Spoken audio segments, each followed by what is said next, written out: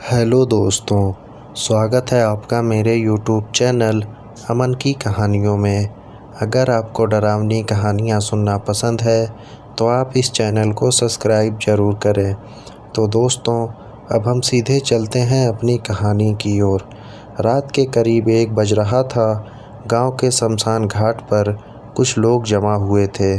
वैसे तो शमशान घाट पर औरतों का जाना मना होता है, पर वहाँ कुछ औरतें भी मौजूद थीं। शायद किसी की मौत हो गई थी, लेकिन ना जाने वो कौन अभागा था जिसकी मौत होने पर भी किसी की आंखों से एक बूंद भी आंसू नहीं टपक रहा था। वे सब लोग शांत खड़े एक एक करके सामने रखी चिता पर लकड़ियाँ डालते जा रहे थे। लकड़ियाँ डालने के बाद सभी लोग पीछे हट गए। आखिरी एक आदमी आगे आया। उसकी वेशभूषा से वो गांव का कोई तांत्रिक लग रहा था। वो तांत्रिक चिता के सामने आकर खड़ा हो गया और कोई मंत्र पढ़ने लगा। फिर उस तांत्रिक ने अपना सिर पीछे घुमाकर किसी को इशारा किया। पीछे खड़े लोगों में से एक आदमी सामने आया। वो आदमी बहुत डरा हुआ था। आसपास तेज ठंडी हवाएं चल रही थीं। फिर भी ना जाने क्यों उसका चेहरा पसीने से तरबतर हुआ जा रहा था।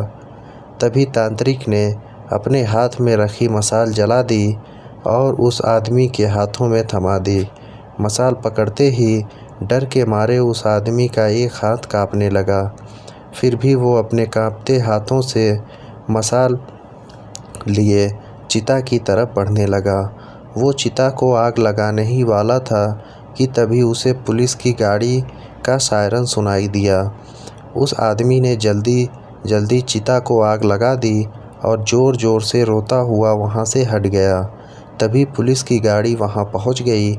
चिता अभी जलनी शुरू ही हुई थी कि 2 पुलिस वाले गाड़ी से उतरे और गाड़ी पर रखे पानी के कंटेनर लेकर चिता की तरफ बढ़े।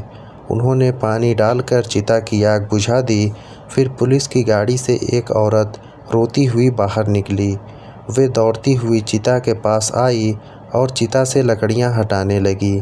उसने चिता पर रखी सारी लकड़ियां हटा दी। चिता पर एक लड़का था जिसके हाथ और पैर रस्सियों से बंधे हुए थे। उसका मुंह एक काले कपड़े से ढका हुआ था।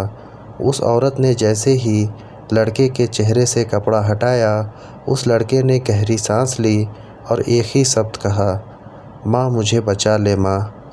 पुलिस वाले यह देखकर दंग रह गए।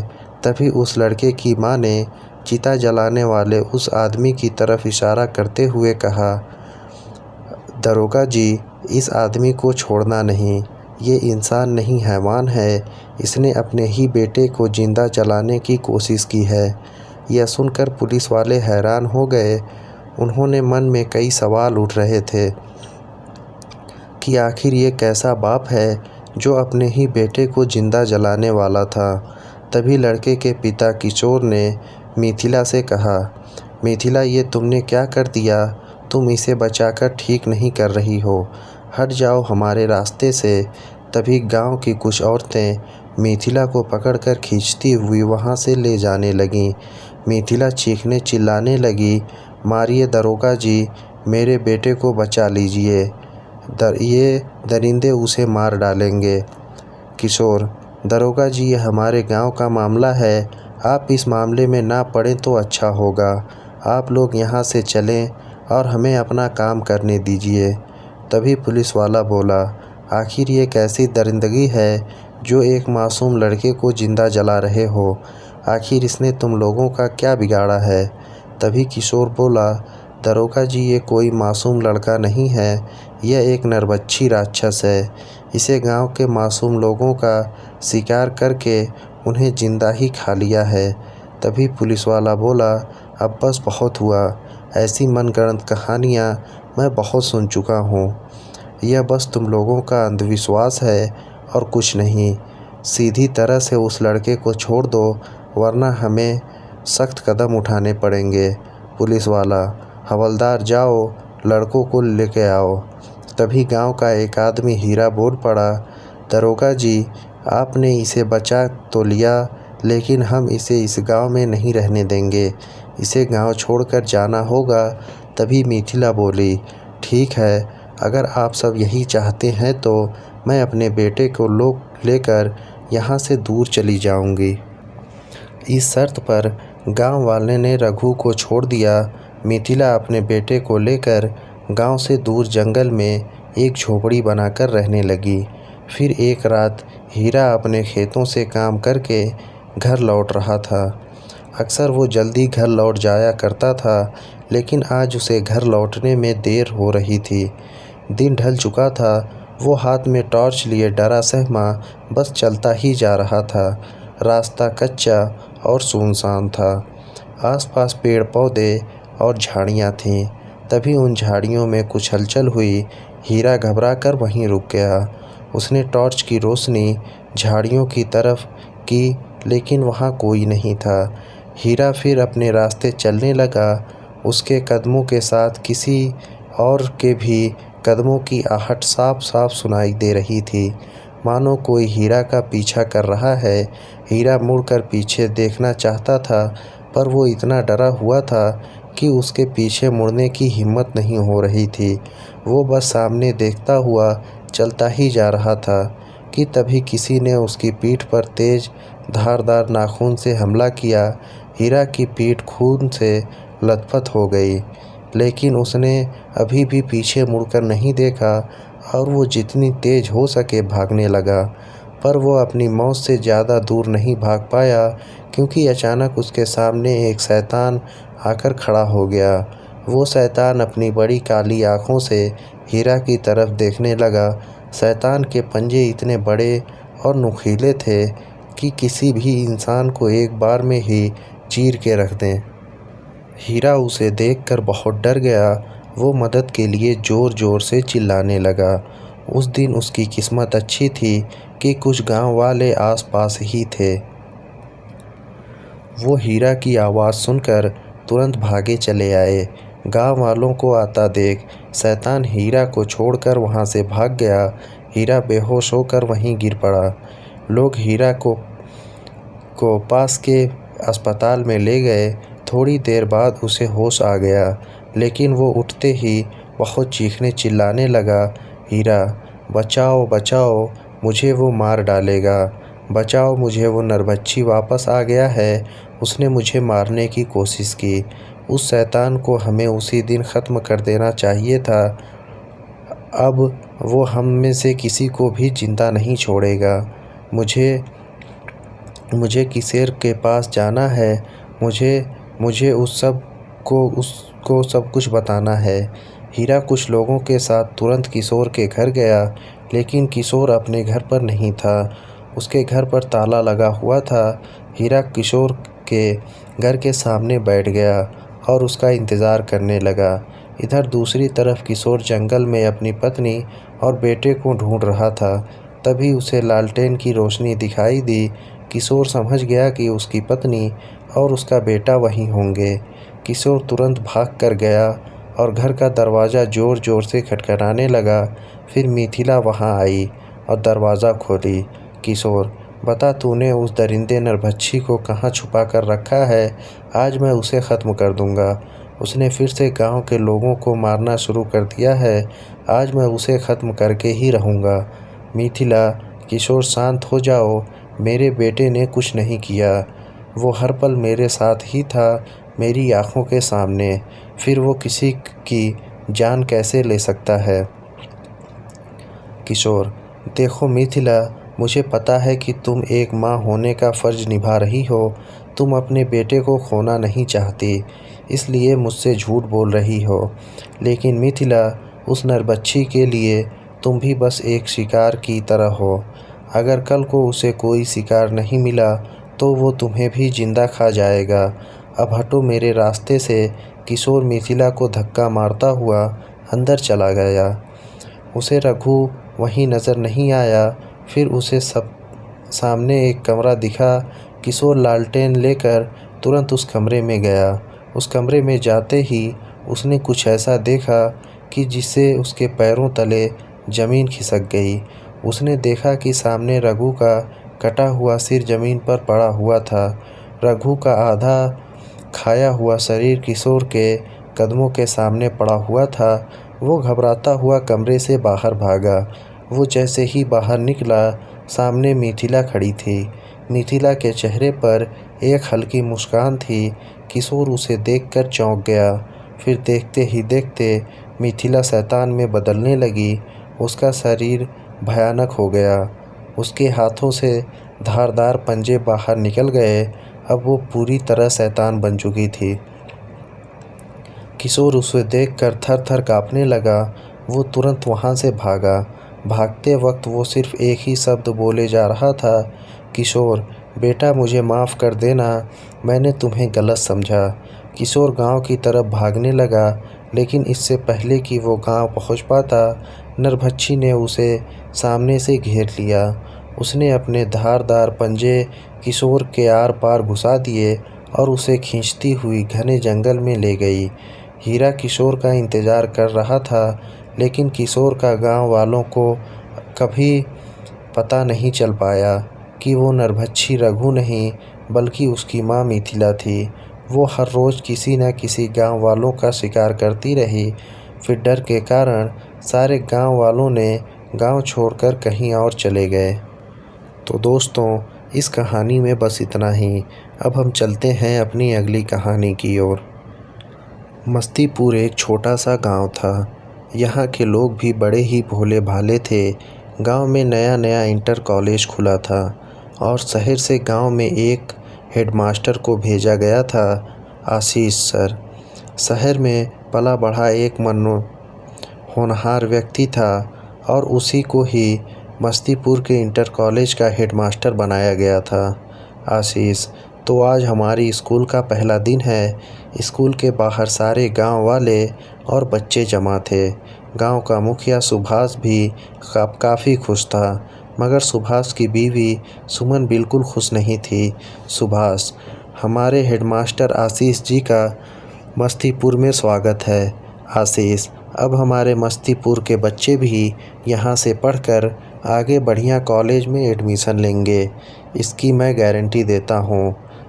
सुमन ने फुसफुसाते हुए सुभाष से कहा। सुमन, आया बड़ा हेडमास्टर, हम भी तो उतनी ही पढ़े लिखे हैं, हमें तो कहीं किसी ने नहीं बनाया हेडमास्टर। आशीष स्कूल के अंदर जाने ही वाला था, अचानक ही स्कूल की बिल्डिंग गिर गई। सभी लोग डर गए। आशीष, ये कैसे हुआ? सुभाष, पता नहीं कैसे, हम तो बहुत अच्छा सीमेंट लगवाए थे, फिर कैसे हुआ? बिरजू, पता नहीं भैया, ये समझ के बाहर है। तभी पास के एक बुढ़िया हंसते हुए गुजर रही थी। बुढ़िया हंसते हुए उसको जगा दिया तुमने। आशीष, अरे यह क्या कह रही हो? सुभाष कुछ समझ नहीं पा रहा था। ये बुढ़िया तो पागल है, इसलिए हम ये स्कूल दोबारा बनवाते हैं। बस 1 महीने में करवा देंगे हम, तब तक आप हमारे घर पे रह सकते हैं। जैसे ही स्कूल बनेगा पढ़ाई शुरू कर देंगे। आशीष, अरे उसकी क्या ज़रूरत है? सुमन, हाँ उसकी क्या ज़रूरत है? सुभाष, चुप रहो। आज से आशीष सर हमारे घर पे ही रहेंगे। स्कूल दोबारा बनना शुरू हो गया। सब लोग बड़ी मेहनत से लग गए और उसके बाद आशीष सुभाष के घर पर रहने लगा। दूसरी ही रात थी उसकी गांव में। वो नीचे वाले कमरे में सो रहा था, तभी अचानक ज़ोर से चीखने की आवाज़ आई। वो उठ गया और घर से बाहर आकर खड़ा हो गया, मगर वहाँ कोई दिखाई नहीं दिया। दूसरी तरफ बिरजू भी अपने घर में आराम से सो रहा था। अचानक से बिरजू की चारपाई हवा में उड़ने लगी। बिरजू, ये क्या हो रहा है? नीचे उतारो। तभी उसकी चारपाई खूब ज़ोर से ज़मीन पर आकर गिरती है। चारपाई टूट जाती है और बिरजू को काफ़ी चोट आती है। वो बेहद डर जाता है। बिरजू, सामने आओ, ये कैसा मजाक है? तभी अचानक एक खतरनाक चुड़ैल, जिसकी नाक कटी थी, उसके सामने आकर खड़ी हो गई। वो थर-थर काँपने लगा। चुड़ैल ने उसकी गर्दन पकड़कर ऊपर हवा में उठाया। बिरजू ने उसको करीब से देखा और चिल्ला उठा, बिरजू तुम। इतने में चुड़ैल ने अपने तेज नाखून से बिरजू की गर्दन पर वार किया और उसकी गर्दन को उसके धड़ से अलग कर दिया। चारों तरफ खून ही खून हो गया। गांव के लोग सुबह सुबह उठकर खेत की तरफ जा रहे थे। रास्ते में वहीं वो जगह पड़ती है जहां स्कूल बन रहा था। दो गांव वाले सुनील और श्याम जैसे ही उसके सामने से गुजरे और उन्होंने देखा कि बिरजू का सर स्कूल के गेट पर लटका हुआ है। उसके सर से अभी तक खून चल रहा था। कटा हुआ सर देखते ही सुनील और श्याम डर के मारे जम से गए। वो वहाँ से सीधे मुखिया जी के घर पहुँचे। सुनील, मुखिया जी। सुभाष, हाँ सुनील, क्या बात है, इतने डरे क्यों हो तुम? तभी सुनील बोला, बिरजू का कटा हुआ सर स्कूल के बाहर टंगा हुआ है। ये खबर गांव में आग की तरह फैल गई। सब लोग स्कूल के सामने जमा हुए। तभी सुभाष बोला, ये कैसी इंसान ने तो नहीं किया, ये किसी इंसान का काम नहीं लगता। श्याम, भूत का काम है ये। तभी वो बुढ़िया भी वहाँ से गुजरती है। बुढ़िया हंसते हुए, अब किसकी बारी है? आशीष को नींद नहीं आ रही थी। वो बस इसी उधेड़-बुन में था कि स्कूल बने और वो पढ़ाना शुरू करे। उसको ये समझ नहीं आ रहा था कि आखिरकार ये कौन कर रहा है। आशीष पक्का कोई गांव का आदमी है जो कि नहीं चाहता कि स्कूल बने। तभी अचानक से आज फिर से आवाज़ आई। वो दौड़कर घर से बाहर निकला। उसको एक परछाई दिखी जिसने साड़ी पहनी हुई थी। वो भाग रही थी। तभी आशीष बोला, कौन है वहाँ? मैं पूछता हूँ कौन है? आशीष भी उसके पीछे भागने लगता है। हालांकि परछाई उससे बहुत तेज़ भाग रही थी। मगर तभी एक और चीखने की आवाज़ आती है। इस बार वो मुखिया के घर से आती है। तभी अचानक परछाई ने भी भागना बंद कर दिया। आशीष परछाई को देखता है। परछाई पीछे मुड़ती है। आशीष देखता है कि ये तो सुमन है, लेकिन वो भाग क्यों रही है और कहाँ जा रही है? लेकिन इन सभी सवालों से ज़्यादा ज़रूरी आशीष को ये लगता है कि वो वापस घर की तरफ जाकर देखे कि क्या हो रहा है। वो वापस घर पहुंच जाता है। घर पर लोगों की भीड़ लगी हुई थी। वो देखते हैं कि सुभाष मरा पड़ा है और उसका सिर्फ खून से सना पड़ा है,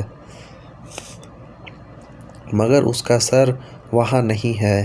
तभी सुनील भागता हुआ आता है। सुनील, मास्टर जी, मुखिया जी का कटा हुआ सिर स्कूल पे टंगा हुआ है। आशीष, तुमने किसी को आते जाते हुए देखा? सुनील, नहीं मास्टर जी। इतने में सुमन भी वहाँ आ जाती है। तभी सुमन बोलती है, यह क्या हुआ? किसने किया यह सब? आशीष, मुझे तो लगता है इसमें तुम्हारी कोई चाल है। मैंने कल रात को किसी की चीख सुनी थी और जब मैं चीख सुनकर बाहर आया तो सुमन भी भाग रही थी। मैंने खुद देखा है इसको भागते हुए। सुमन, हाँ भाग रही थी, मगर मैंने किसी का खून नहीं किया। मैं भला अपने ही पति को क्यों मारूंगी? तभी सुनील बोलता है, तो फिर तुम भाग क्यों रही थी? इतना सुनकर सुमन बोलती है, क्योंकि मैं आशीष जी को डराकर गांव से बाहर निकालना चाहती थी। मुझे बनना था इस स्कूल की हेडमास्टर। वो चीख भी मेरी ही थी, मगर मैंने किसी को नहीं मारा।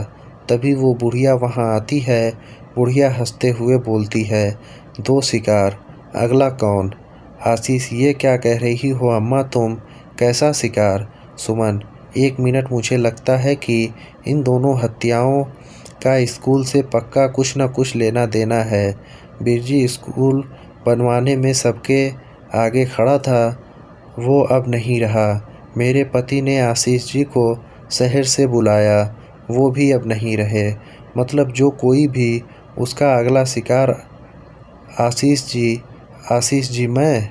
सुमन, हाँ, और हम सब गांव वालों को मिलकर आपको बचाना होगा। आप हमारे बच्चों के लिए इतना कुछ करते हैं और मुझे अपने पति की मौत का बदला भी लेना होगा। तभी सुनील बोलता है, मगर कैसे? सुमन, कल रात हम सब सोने का नाटक करेंगे और देखेंगे कि वो कौन है जो आशीष जी को मारने आता है। आशीष जी, आप जैसे ही उसे देखें ये घंटी बजा देना। सुमन ने आशीष को एक घंटी दे दी। अगली रात जल्दी ही आ गई। सबको इस रात का बेसब्री से इंतज़ार था, चुड़ैल को भी। आधी रात को आशीष की चारपाई हवा में उड़ना शुरू हुई। चुड़ैल ने ज़ोर ज़ोर से हंसते हुए उसके सामने आ खड़ी हुई। चुड़ैल हंसते हुए आखिरी शिकार। इससे पहले चुड़ैल कुछ कर पाती, आशीष ने वो घंटी बजा दी। गांव के सब लोग तुरंत इकट्ठे हो गए, चुड़ैल को घेर लिया। इतनी भयानक चुड़ैल, नाक कटी हुई, भयंकर नाखून, आँखों में गुस्सा। तभी सुमन बोली, तुम? तभी चुड़ैल बोली, हाँ मैं। सुमन, मगर तुम तो? हाँ मैं मर चुकी हूँ। तुम लोगों ने मेरे बच्चे को स्कूल में इसलिए नहीं पढ़ने दिया क्योंकि हम नीची जाति के थे, और जब उसने तुम्हारे बच्चों की ख़ानदानी सामान छू लिया तो तुम लोगों ने सबके सामने मेरी नाक काट दी और हमारे घर में रात में आग लगा दी। अब स्कूल बनने चले हो। गांव में अपने बच्चों के लिए ये कभी नहीं होने दूंगी। अच्छा हुआ सारे यहाँ आ गए। मैं तो एक एक करके सबको मारना चाह रही थी। तब तक चुड़ैल और गुस्से में आ गई और उसने आगे बढ़कर सुनील के सर को अपने हाथ में पकड़कर दोनों हाथों से पीट दिया। उसका सर फट गया और उसका खून चारों तरफ फैल गया। अब वो श्याम की तरफ बढ़ी। सब भागने लगे। श्याम को पकड़कर उसने को टुकड़ों में फाड़ दिया। तभी वो बुढ़िया वहाँ आ गई। बुढ़िया, रुक जा डायन। बुढ़िया ने जाकर चुड़ैल का सिर पकड़ लिया और उसकी आंखों में अपनी आंखों से एक शक्ति छोड़ी। चुड़ैल अब एकदम शांत हो गई। तभी चुड़ैल बोली, माँ तू? बुढ़िया, हाँ मैं। तेरे मरने के बाद आज तक पागल बनी इस गांव में भटक रही हूँ।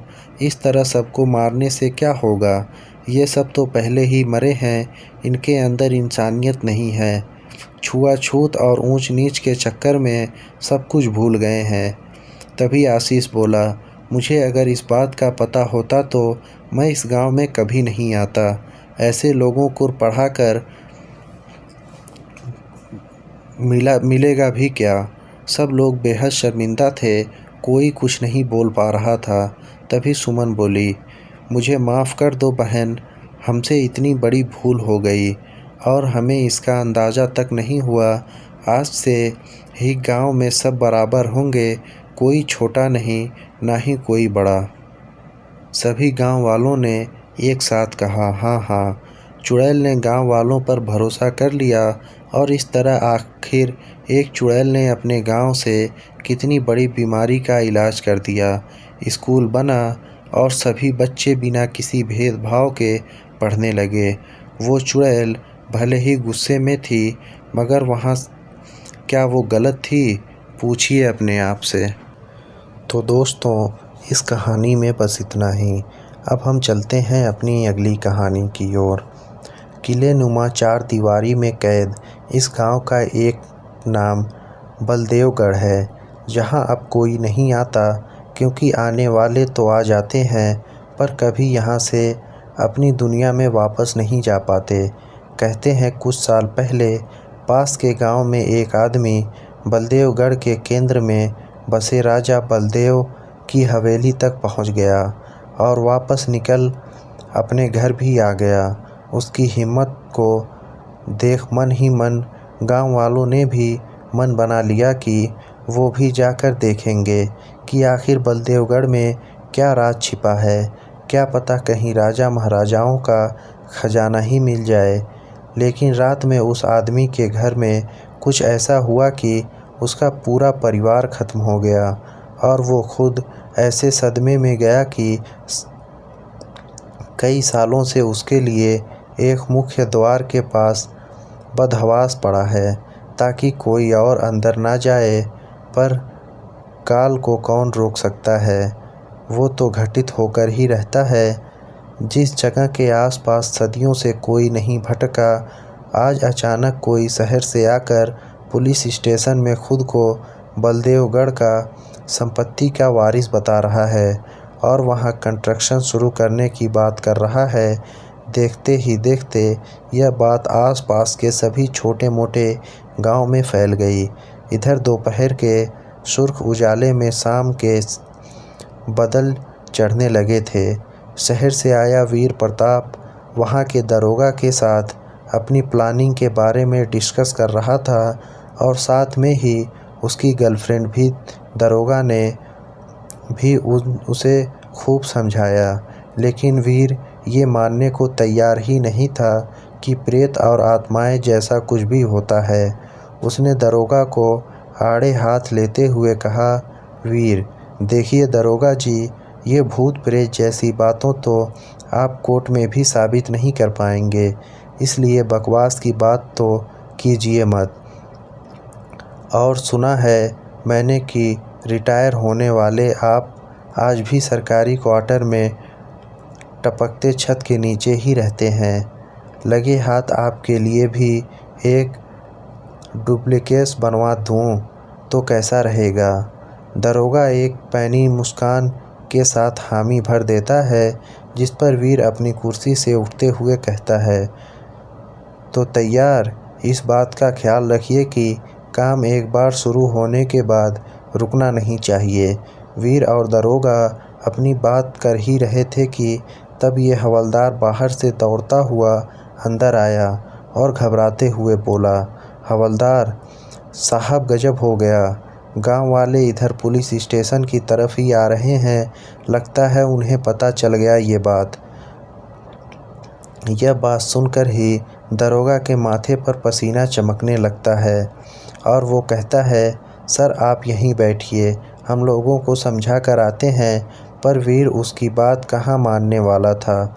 उसने कहा, गांव वाले चाहते क्या हैं? बाहर पहुँचते ही वो जो नज़ारा सामने था उसे देखकर एक ही पल को दरोगा भी चक्कर खा जाता है। सामने सैकड़ों की संख्या में गांव वाले मौजूद थे और सभी के हाथ में मशाल देखकर ऐसा लग रहा था कि जैसे सबके सिर पर खून सवार है। इससे पहले कि दरोगा कुछ कहता और करता, वीर आगे बढ़ते हुए बोलता है, गांव वालों, मैं ही हूँ वीर प्रताप सिंह, बलदेवगढ़ का मौजूदा वारिस। अगर आप डेमोक्रेसी ना होती तो मैं आप सभी का राजा होता और यकीन मानिए एक अच्छा राजा होता।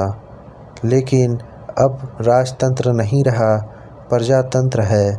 लेकिन बलदेवगढ़ अभी भी मेरा ही है, जिसके बीच में अगर आप दखल देंगे तो आप गिरफ्तार भी हो सकते हैं। वीर के इतना कहते ही गांव वाले सकपका गए। आसपास में एक दूसरे से कानाफूसी करने लगे। अब हम क्या करेंगे? अरे रोकें कैसे नहीं? कहीं अनामिका जाग गई तो? वीर की ये बात सुनकर गांव वाले ऐसे फुसफुसा रहे थे जैसे वीर सच में कोई राजा हो और उसने प्रजा को जान से ख़त्म करने का ऐलान कर दिया हो। गांव वालों की इस भनभनाहट के बीच एक बड़ी औरत छठी के सहारे चलते हुए आगे निकली और बोली, देवगढ़ राज परिवार का वारिस तो क्या अनामिका के बारे में नहीं जानता? सोच क्या रहा है? वही राजकुमारी अनामिका जिसके कहर से तेरा ख़ानदान राजा से रंक बन गया। बात आज से 150 साल पहले की है, जहाँ बलदेव प्रताप सिंह यहाँ के राजा हुआ करता था। उनकी 2 संतानें थीं, पर अलग अलग रानियों से। राजकुमारी अनामिका और राजकुमार भैरव। भैरव शास्त्र से लेकर शस्त्र हर कला में माहिर था, तो राजकुमारी अनामिका सुंदरता के साथ साथ हर विद्या में भैरव से एक कदम आगे थी। इसलिए आगे चलकर महाराजा बलदेव ने राज्य की भागदौड़ राजकुमारी अनामिका के हाथों में देने का तय किया। पर भैरव ये बर्दाश्त नहीं कर पाया और उसने राजकुमारी के साथ साथ महाराजा बलदेव को भी ख़त्म कर दिया और ख़ुद महाराजा बन गया। फिर बलदेव की प्रजा पर अपनी मनमानी करने लगा और ना जाने कितने ही प्रजा को मौत के घाट उतार दिया। पर राजकुमारी अनामिका की आत्मा ने ये सब कुछ ज़्यादा दिन नहीं चलने दिया और उसके कहर से पूरा बलदेवगढ़ कांप गया और भैरव पागल हो गया। अनामिका से उसकी जान बचाने के लिए भैरव की मां ने तंत्र मंत्र की मदद से अनामिका की आत्मा को गुड़िया में कैद कर वहीं चौखट में ठोक दिया और राजमहल छोड़ कहीं दूर चली गई। उसके बाद से पूरे बलदेवगढ़ पर उसका साया है। वहाँ जाने की हिम्मत किसी की नहीं हुई। ऐसा नहीं कि ये सारी बातें वीर को नहीं पता थीं, पर आज मॉडर्न ज़माने में रहकर वो ऐसी बातों पर विश्वास नहीं करता है। इसलिए पुलिस स्टेशन के बाहर गांव वालों के सामने खड़ा वीर उस बुढ़िया को कहता है, दादी अम्मा, अच्छे से जानता हूँ अनामिका की कहानी। ये सब कहने सुनने की बात है। भूत पिशाच और विक्रम बेताल, मुझे तो लगता है आप लोग मेरी संपत्ति पर कब्जा करना चाहते हैं। इस बात पर दरोगा चापलूसी करते हुए कहा, इसके लिए मैं आप सबको गिरफ्तार भी कर सकता हूँ। इस पर बुढ़िया ने कहा, चलो सब वापस अपने अपने घरों में बंद हो जाओ, मरने दो इसे विनाश काले विपरीत बुद्धि को। उनके जाते ही वीर अपनी गर्लफ्रेंड को इंस्पेक्टर के साथ बलदेवगढ़ के किले की तरफ निकल जाता है और पीछे से पुलिस बैकअप भी। किले के गेट पर उसे वही पागल आदमी दिखता है जो उसे अंदर जाने से रोकने की कोशिश करता है, लेकिन वीर उसे उठाता हुआ अंदर चला जाता है और अपने बगल में बैठे दरोगा की तरफ एक भीगी मुस्कान देते हुए कहता है, अब इतनी छोटी सी बात तो आप संभाल ही लेंगे। वीर का ये रवैया देख दरोगा के सर से पसीना टपकने लगता है। वीर की गाड़ी जैसे ही किले के अंदर जाती है, वो बड़ा दरवाज़ा अपने आप बंद हो जाता है। मौसम बदलने लगता है और तेज़ हवाएं भी चलने लगती हैं। वो गांव के अंदर महल की तरफ काफ़ी अंदर तक जा चुके थे। अचानक दरोगा ने देखा कि उनकी बैकअप टीम तो है ही नहीं। वो ज़ोर से चिल्लाता है, वीर गाड़ी रोको। इस बार दरोगा की आवाज़ में सचमुच के दरोगा जैसी बात थी। तीनों गाड़ियां से नीचे उतरे। दरोगा पीछे की ओर देखता है, पर उसे अब बैकअप टीम की गाड़ी नहीं दिख रही थी। भागता हुआ वो थोड़ा पीछे गया तो उसने देखा कि गाड़ी पलटी हुई है और बैकअप टीम की सरकटी लाशें पेड़ पर लटकी हुई हैं और उनका सिर गिद्ध अपने पंजों में फंसा कर उड़ रहे हैं। ये नज़ारा देखकर वीर की गर्लफ्रेंड चीख पड़ी। वीर की गर्लफ्रेंड, इन्हें इतनी बुरी तरीके से किसने मारा? हो ना हो यहाँ लुटेरे छुपे बैठे हैं। इस बात पर इंस्पेक्टर बोलता है, लुटेरे नहीं अनामिका, हमें यहाँ नहीं आना चाहिए था। वीर उसे कुछ कहने ही वाला था, तभी अचानक से उसे चहल पहल की आवाज़ सुनाई दी। वीर आवाज़ का पीछा करते हुए आगे बढ़ा ही था कि उसने जो देखा उसे देखकर उसकी आंखें फटी की फटी रह गईं। यहाँ तो पूरा बाज़ार लगा हुआ है, किसी पुराने ज़माने का बाज़ार, जैसे कि किसी राजा महाराजा के ज़माने का हो। वो उन्हें देख कहता है, मुझे तो लगा ही था कि यहाँ कोई कब्जा करके बैठा है। भूत की कहानियाँ बनाने लोगों को यहाँ से दूर रखता है। इतने में दो आदमी सामने से बात करते हुए आते हैं। इससे पहले कि वीर उससे कुछ पूछता, वो दोनों आदमी वीर के जिस्म से किसी आत्मा की तरह गुजर जाते हैं। असल में ये सब उन्हीं की आत्माएं हैं जिनकी जान आज से 150 साल पहले ले ली गई थी। आसमान में तरह तरह के काले बादल उमड़े और ज़ोर ज़ोर से गरजने लगे। दरोगा उल्टे पांव वहां से भागने लगा। तभी पास के घर से एक हाथ हवा में लहराता हुआ इंस्पेक्टर का पीछा करता है और उसके पांव पकड़ते हुए अंदर खींच लेता है। यह देखकर वीर का गला भी सूखने लगा। फिर भी वो उस घर की तरफ बढ़ता है।